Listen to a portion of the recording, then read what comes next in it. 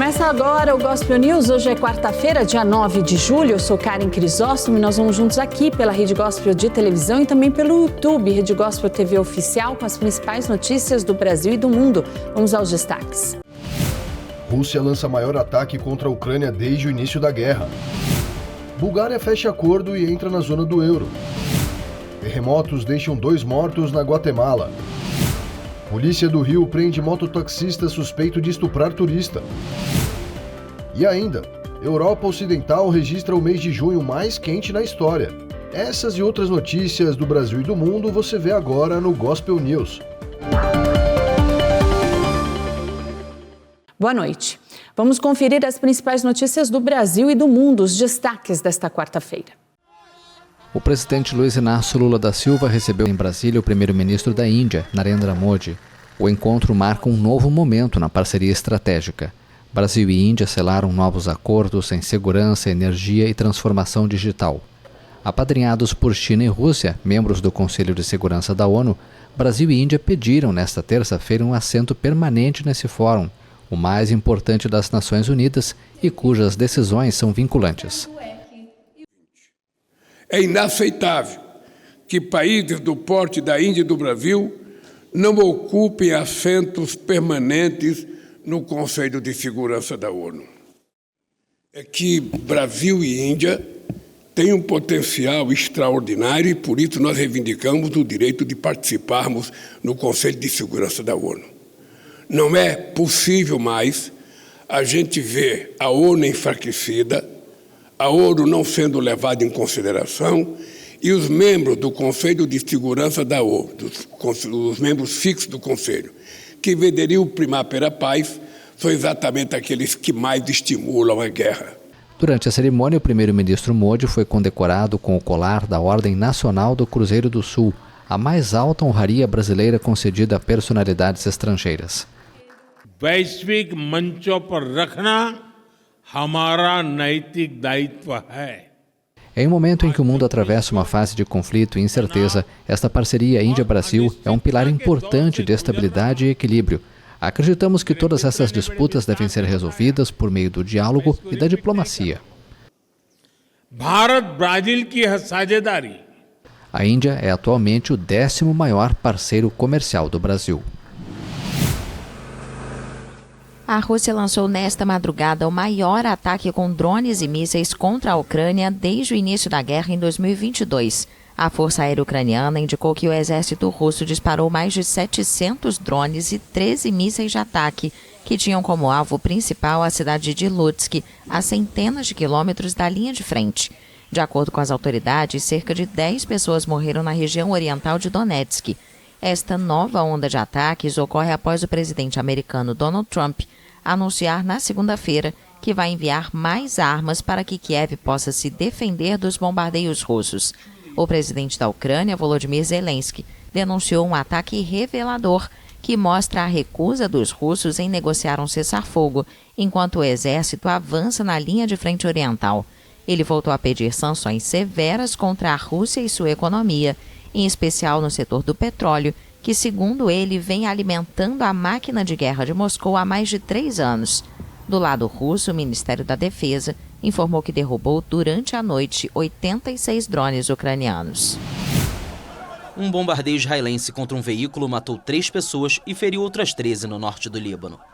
A informação foi divulgada por autoridades sanitárias do país árabe. O exército de Israel afirmou que o alvo era um miliciano do Hamas, no que foi o primeiro ataque no norte do Líbano desde o cessar-fogo, com o Hezbollah firmado em novembro. Enquanto os bombardeios israelenses no sul do Líbano são frequentes, no norte do país são muito raros. O ataque desta terça-feira ocorreu próximo a um campo de refugiados palestinos. O exército israelense costuma realizar ataques no Líbano, alegando que os alvos são combatentes do Hezbollah. Às vezes afirma também atacar membros do Hamas. De acordo com o texto de cessar-fogo, que entrou em vigor em 27 de novembro, após mais de 2 anos de confronto, incluindo 2 meses de guerra aberta, o exército israelense deveria retirar completamente suas tropas do Líbano. No entanto, contrariando o documento, Israel decidiu manter 5 posições no sul do país, consideradas estratégicas. O Catar afirmou que as conversas em andamento para alcançar um acordo de trégua em Gaza entre Israel e o Hamas exigirão tempo. As negociações indiretas entre o governo israelense e o movimento islamista palestino começaram em Doha no domingo, com o objetivo de alcançar um cessar-fogo após 21 meses de um conflito devastador. Eu não acho que posso dar qualquer cronograma no momento, mas posso dizer agora que precisaremos de tempo para isso. E o processo precisa de tempo. É algo, como eu disse, pelo que estamos trabalhando sem parar, mas não acho que possamos dar qualquer cronograma neste momento. Segundo a chancelaria Qatari, há um engajamento positivo neste momento, e o trabalho conduzido visa reduzir a diferença nas posições de ambos os lados sobre as questões sensíveis, para estabelecer uma estrutura para as discussões. Na segunda-feira, o presidente americano Donald Trump negou a existência de qualquer obstáculo para as negociações, durante uma visita do primeiro-ministro israelense Benjamin Netanyahu. No campo de batalha, 5 soldados israelenses morreram em combates no norte de Gaza, em um dos dias mais letais para as tropas do país no território palestino desde o início do ano. Segundo informações divulgadas nesta terça-feira por correspondentes militares israelenses, as mortes foram provocadas por artefatos explosivos na área de Beit Hanun, no norte do território. Pelo menos 445 soldados israelenses morreram desde o início da guerra, lançada após o ataque do Hamas em outubro de 2023, que deixou 1.219 mortos em Israel, a maioria civis. Mais de 57.500 palestinos morreram na ofensiva que Israel lançou em retaliação no território palestino. O presidente dos Estados Unidos, Donald Trump, se reuniu na Casa Branca na terça-feira com o primeiro-ministro israelense Benjamin Netanyahu. Este foi o segundo encontro entre eles em menos de 24 horas. Netanyahu retornou para conversar com Trump, mas a imprensa não teve acesso à reunião. Temos que resolver isso. Gaza é uma tragédia. E ele quer resolver, eu também. E acredito que o outro lado também quer resolver. Durante conversas em Doha, mediadores do Catar haviam alertado que levaria tempo para selar um acordo de cessar-fogo entre Israel e o Hamas. O enviado especial de Trump, Steve Witkoff, mostrou esperança de alcançar um acordo em dias. Segundo ele, o pacto incluiria 60 dias de trégua, a devolução de 10 reféns vivos e 9 mortos. Um funcionário palestino próximo às negociações afirmou que não houve avanços até o momento. Enquanto isso, a violência continua em Gaza, onde mais 29 mortes foram relatadas após os últimos ataques de Israel, incluindo 3 crianças. 5 soldados israelenses também morreram em combate no norte de Gaza. Trump faz pressão para que se chegue a uma trégua no território controlado pelo Hamas. A região está em uma situação humanitária crítica após quase 2 anos de guerra, que começou com o ataque do grupo islamista Hamas em 7 de outubro de 2023 no sul de Israel, que deixou 1.219 mortos. Outras 251 pessoas foram feitas reféns e 49 seguem detidas em Gaza. O exército de Israel afirma que mais da metade estão mortas. De acordo com o Ministério da Saúde de Gaza, a represália israelense na região já deixou mais de 57.500 mortos. O presidente francês Emmanuel Macron, que iniciou uma visita de 3 dias ao Reino Unido nesta terça-feira, pediu em um discurso perante o parlamento britânico um cessar-fogo incondicional em Gaza. We are aware that a political way out is crucial. Estamos cientes de que uma saída política é crucial e acredito no futuro da solução de 2 estados como base para a arquitetura de segurança regional, que permitirá a Israel viver em paz e segurança ao lado de seus vizinhos. Mas quero deixar claro, pedir hoje um cessar-fogo em Gaza sem qualquer condição é apenas dizer ao resto do mundo que, para nós, como europeus, não existe 2 pesos e 2 medidas. E como nos apegamos às vidas humanas, como nos apegamos à integridade territorial, queremos um cessar-fogo, sem discussão. E hoje trabalhar juntos para reconhecer um Estado da Palestina e iniciar esse impulso político é o único caminho para a paz. And today, working together in order to recognize the state of Palestine and to initiate this political momentum is the only path to peace. Em seu discurso, Macron também afirmou que os europeus jamais abandonarão a Ucrânia. O presidente francês indicou ainda que a França e o Reino Unido devem trabalhar juntos para proteger a ordem internacional que emergiu da Segunda Guerra Mundial.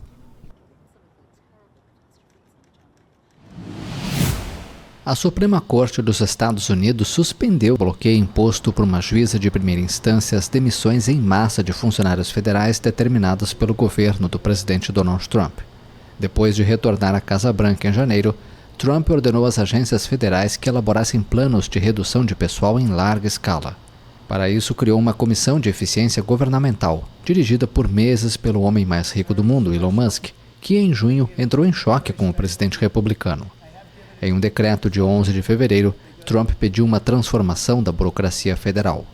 Uma coalizão de sindicatos e organizações sem fins lucrativos processou o governo, alegando que excedeu sua autoridade ao ordenar demissões em massa e reformas nas agências sem a aprovação do Congresso.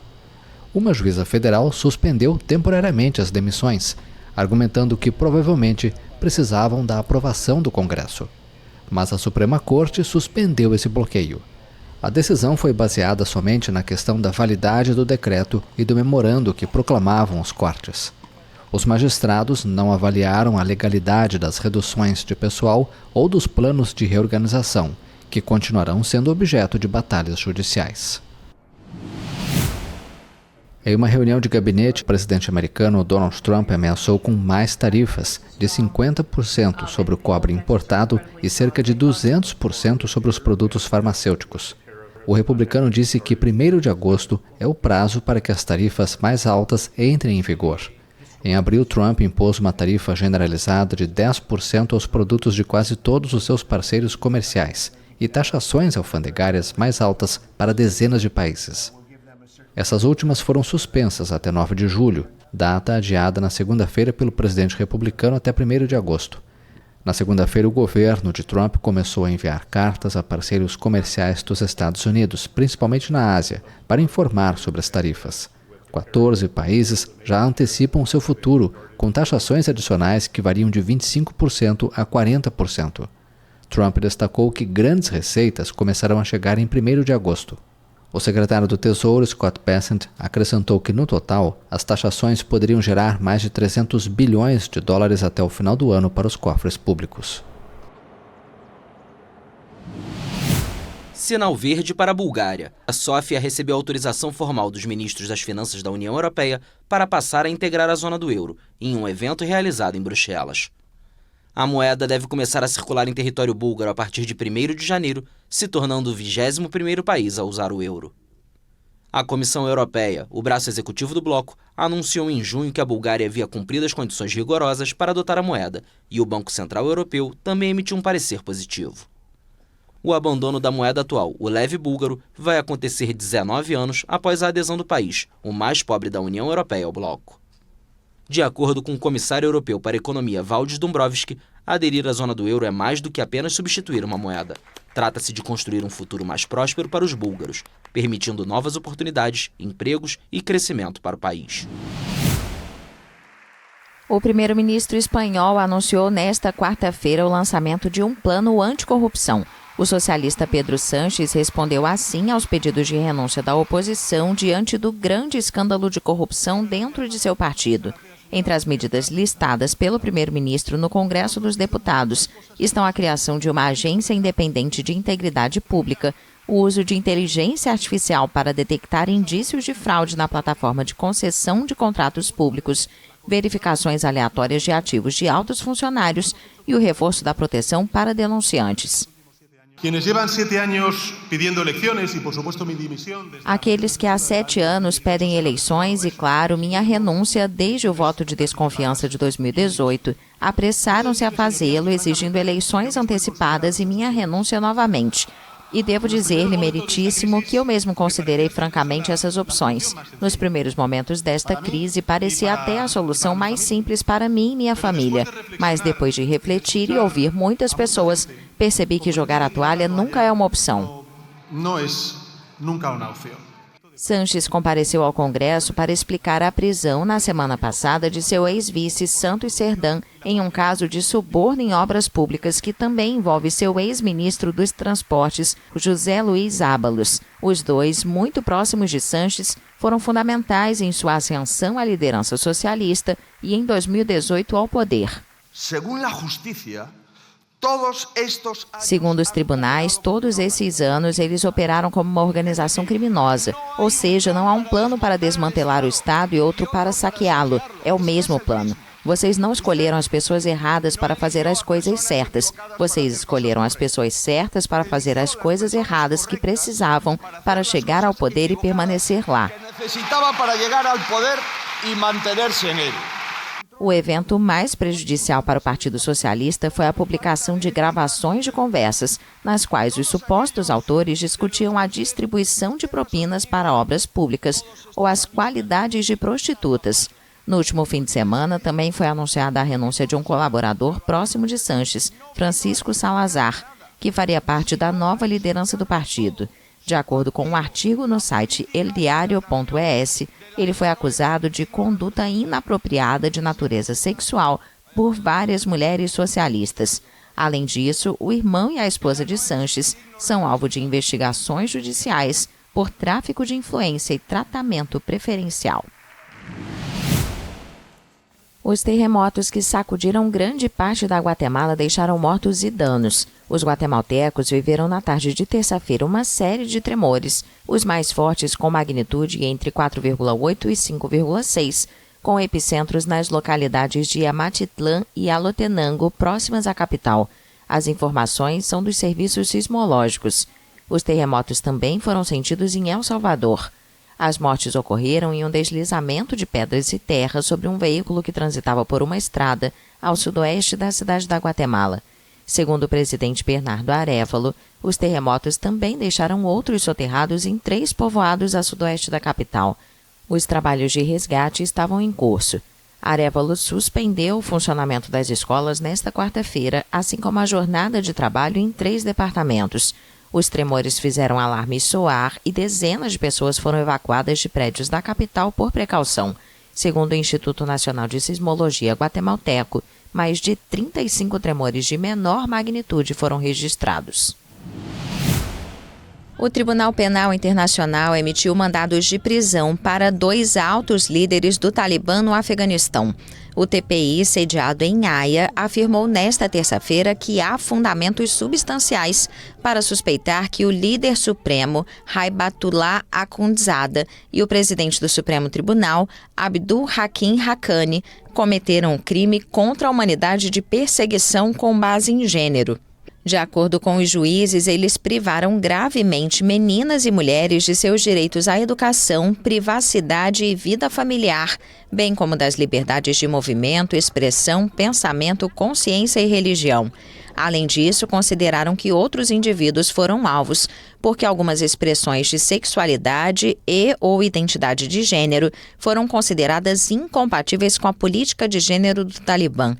Os supostos crimes teriam sido cometidos a partir de 15 de agosto de 2021, quando o Talibã assumiu o poder, e continuaram até pelo menos 20 de janeiro deste ano. O Tribunal Penal Internacional, que tem jurisdição sobre crimes de guerra e crimes contra a humanidade, não possui força policial própria e por isso depende da boa vontade de seus 125 países membros para executar mandados de prisão.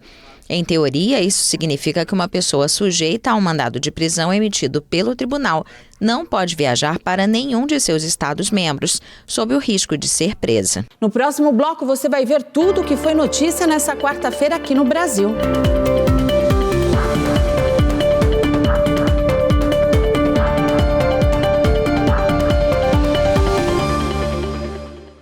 Vamos às notícias nacionais e internacionais. Policiais civis prenderam um mototáxi suspeito de estuprar uma turista do Pará, no Rio de Janeiro.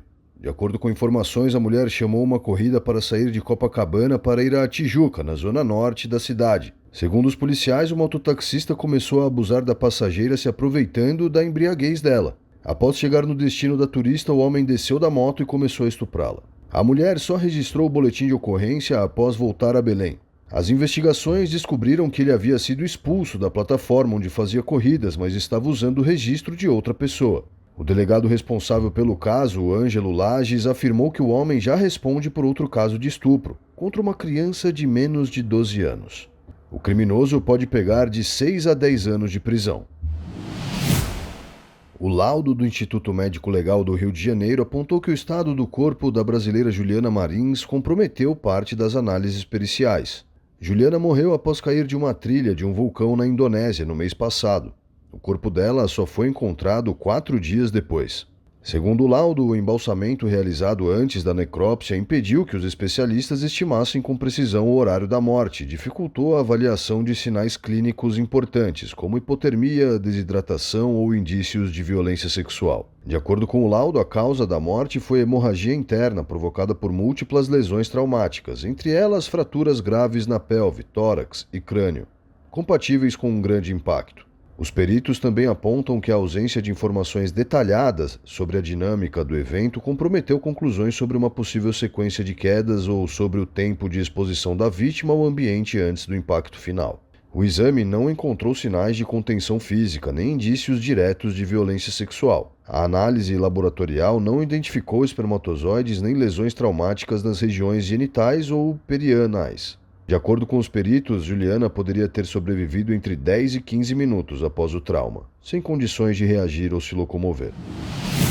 Uma empresária de 40 anos morreu durante uma cirurgia no Hospital San Genaro, na Moca, zona leste de São Paulo. Natália Cavanelas Tomazella sofreu parada cardiorrespiratória e morreu na sala de operação. Segundo o boletim de ocorrência, a irmã de Natália disse à polícia que ela foi internada no hospital para se submeter a cirurgias de lipoaspiração, injeções nos glúteos e ajustes nas próteses mamárias previamente implantadas. Ela relatou que Natália, que não tinha histórico de doenças pré-existentes e que seu estado de saúde era bom e que todos os exames pré-operatórios foram realizados e aprovados pelas equipes médicas responsáveis. De acordo com o BO, os médicos suspeitam inicialmente de ocorrência de embolia gordurosa como causa da parada cardiorrespiratória. Em nota, a defesa do cirurgião plástico Edgar Lopes, responsável pelos procedimentos, disse que a paciente evoluiu com uma complicação grave, compatível com embolia pulmonar, evento raro e que o profissional presta assistência à família. Natália tinha mais de 100 mil seguidores nas redes sociais. Ela se apresentava como diretora fundadora da NC Hub 360, uma agência de relações públicas e especialista em networking corporativo, com mais de 15 anos de experiência. A Corregedoria da Brigada Militar afastou 4 policiais militares após um vídeo mostrar um deles atirando em Giovanni Matias Maciel, de 19 anos, que já estava algemado e caído no chão. Segundo a Polícia Civil, Giovanni era passageiro de um carro de aplicativo parado em uma blitz. Os policiais constataram que havia um mandado de prisão contra ele por suspeita de incendiar a casa da ex-companheira. No final de junho, o Ministério Público recebeu de forma anônima um vídeo que mostra Giovanni já algemado quando é atingido por 2 tiros. A necrópsia apontou que ele foi ferido por 4 disparos, sendo 2 antes do início da gravação.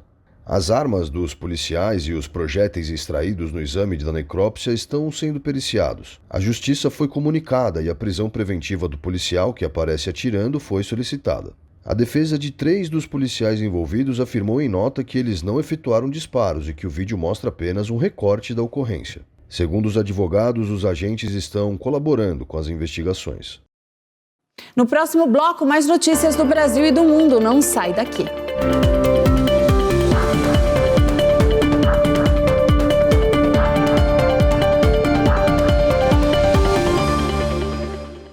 Confira agora mais notícias do Brasil e do mundo nesta quarta-feira.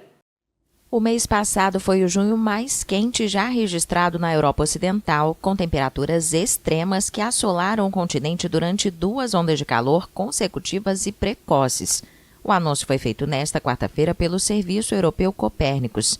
No mundo, o mês passado foi o 3º junho mais quente, atrás de junho de 2024 e quase no mesmo nível de junho de 2023. O Copérnicos registrou pelo 3º ano consecutivo uma série de temperaturas médias nunca vistas antes, enquanto o planeta aquece devido às emissões humanas de gases do efeito estufa. O mês de junho de 2024 teve uma média de mais 0,2 graus, enquanto o de 2023 foi 0,06 graus Celsius mais quente, o segundo registro mais importante.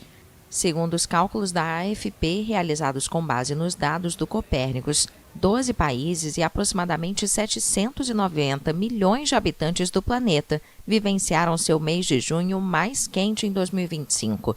Este foi o caso do Japão, das Coreias do Norte e do Sul, do Paquistão e do Tajiquistão.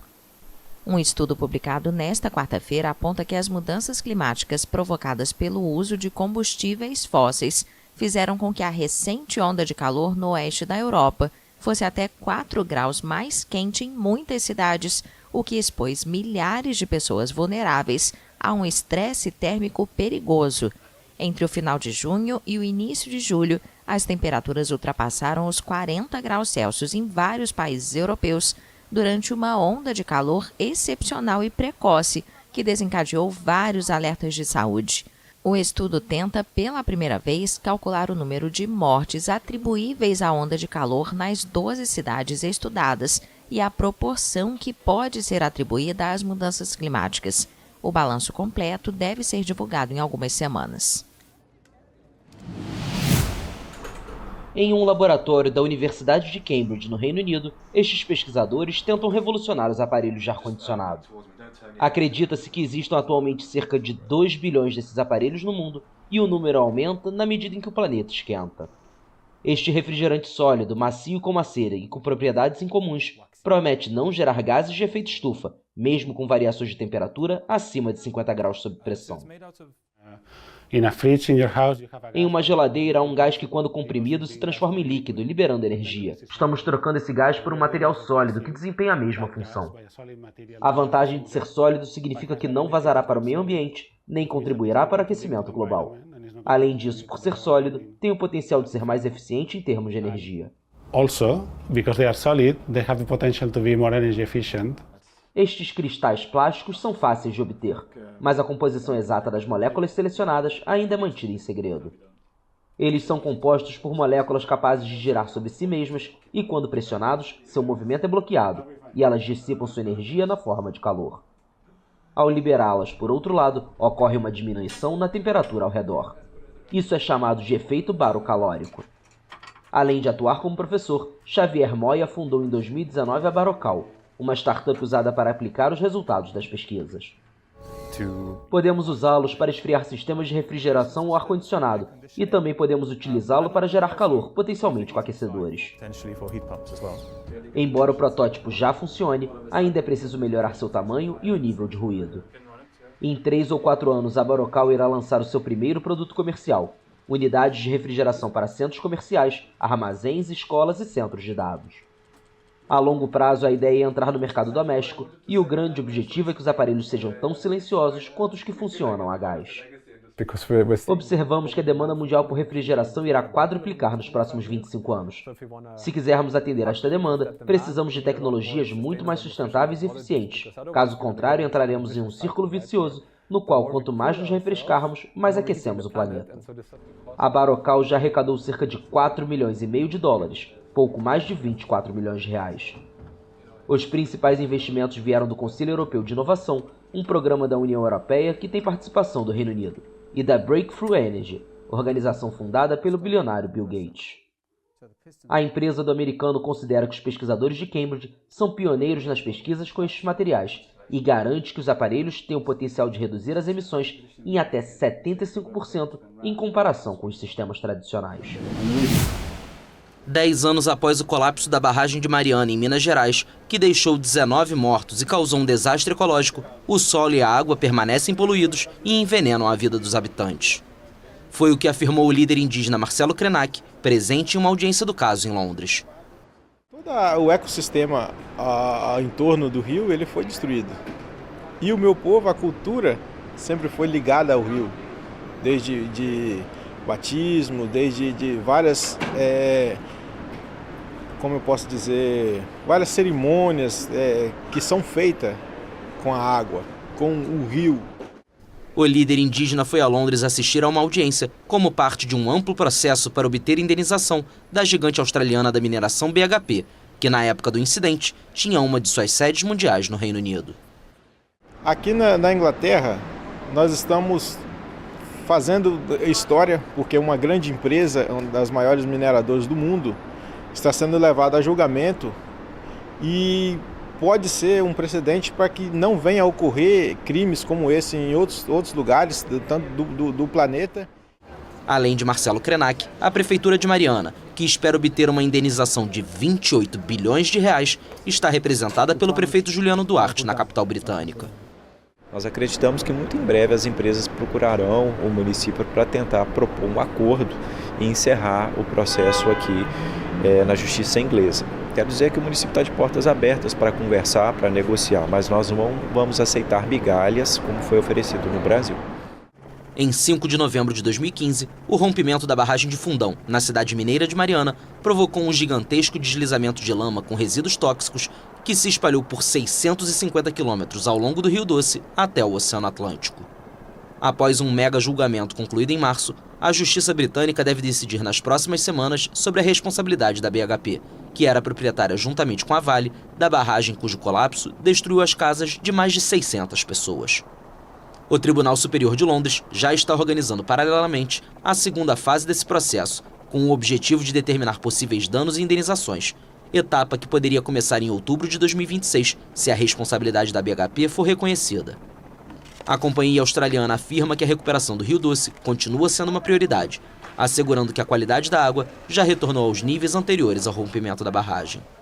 A empresa diz que sempre esteve comprometida em apoiar a Samarco, companhia diretamente responsável pelo funcionamento da barragem de Fundão, criada em conjunto pela BHP e pela Vale para fazer a coisa certa pelos moradores e o meio ambiente.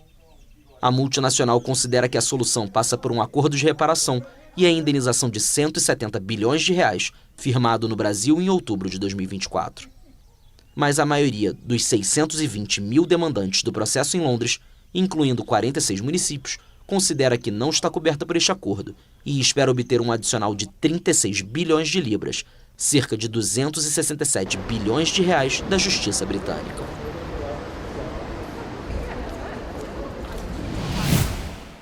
Chico Osório não esquece os áureos tempos de Serra Pelada.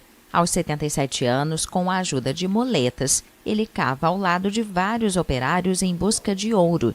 A mina, fechada pelo governo desde 1992, continua alimentando os sonhos de brasileiros, que veem no metal precioso a chance de mudar de vida.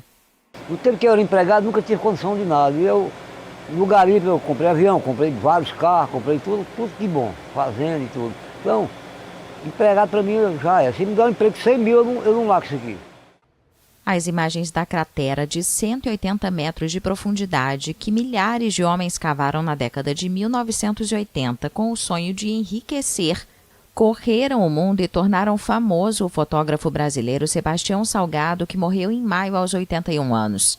Hoje, um lago natural tranquilo, cercado pela natureza, cobre a mina localizada no estado amazônico do Pará, no norte do país. Mesmo fechada há mais de 30 anos, a obsessão pelo metal precioso ainda assombra os garimpeiros. A história de Chico é bem conhecida na região. Ele era rico graças aos mais de 1.000 quilos de ouro que encontrou na mina, mas gastou tudo. Agora diz que recebe apenas alguns gramas por semana para cobrir as despesas, mas acredita que em breve vai repetir o feito. A atividade na região é proibida e as autoridades fazem operações frequentes contra garimpos clandestinos. Mas a convicção de que ainda há muito ouro a ser extraído é compartilhada por outros ex-garimpeiros que se estabeleceram na Serra Pelada após abandonarem suas vidas em outras regiões do país, ainda jovens, atraídos pela febre do ouro. O ouro está no chão, o negócio é a pessoa chegar, cavar um pouquinho, colocando na bateia, onde tiver água, pode bater ar. Pode bater ar e que tem ouro, fica ouro na bateia. O negócio que ninguém se interessa mais para caçar ouro. Mas ouro na Serra Pelada tem em qualquer lugar que a pessoa cavar. Apesar das péssimas condições de trabalho que Salgado retratou ao mundo em 1986, a nostalgia prevalece. Porque naquela época era o tempo das vacas gordas, todo mundo era feliz. Os que estavam pegando ouro e os que não estavam, porque estavam com o sonho de pegar também. E eu sinto até saudade dessa época, de tanta amizade que nós tivemos aqui com os companheiros. Alguns ex-garimpeiros pedem o retorno da mineração após um projeto da empresa canadense Colossus, que foi abortado em 2014 em meio a problemas legais. Aquele trabalho manual brutal jamais volta mais, até porque as leis não permitem mais. Mas A Serra Pelada, ela pode, eu ainda tenho fé que ela pode voltar a funcionar, mecanizado. E isso é muito bom. De acordo com o Serviço Geológico dos Estados Unidos, o Brasil abriga a 9ª maior reserva de ouro do mundo. Sob o governo do presidente Luiz Inácio Lula da Silva, os esforços para reduzir o garimpo ilegal se intensificaram, especialmente em terras indígenas. Mas as novas gerações da Serra Pelada, com população atual de 6.000 pessoas, estão determinadas a virar a página. Gabriel Vieira, de 19 anos, montou uma produtora audiovisual com alguns amigos para mostrar outra face do lugar. Apesar de que muitos garimpeiros ainda sonham com a reabertura do garimpo, a gente imagina que talvez não seja a melhor alternativa, sabe? Tem muitas coisas que os jovens eles querem fazer, sabe? Que querem fazer uma faculdade, querem estudar, que querem continuar vivendo aqui ou querem ir embora porque não querem mais essa realidade, sabe? Outra possibilidade para o local é a aposta da Sebrae no Pará, que anunciou que busca transformar em breve a Serra Pelada em um destino turístico na Amazônia, com base em suas belezas naturais. Gospel News desta quarta-feira fica por aqui. Eu desejo a todos vocês uma ótima noite. Amanhã, quinta-feira, nós estamos de volta a partir das 7 horas da noite com as principais notícias do Brasil e do mundo. E até lá você fica muito bem informado acessando o YouTube TV Rede Gospel Oficial. Uma boa noite e até amanhã.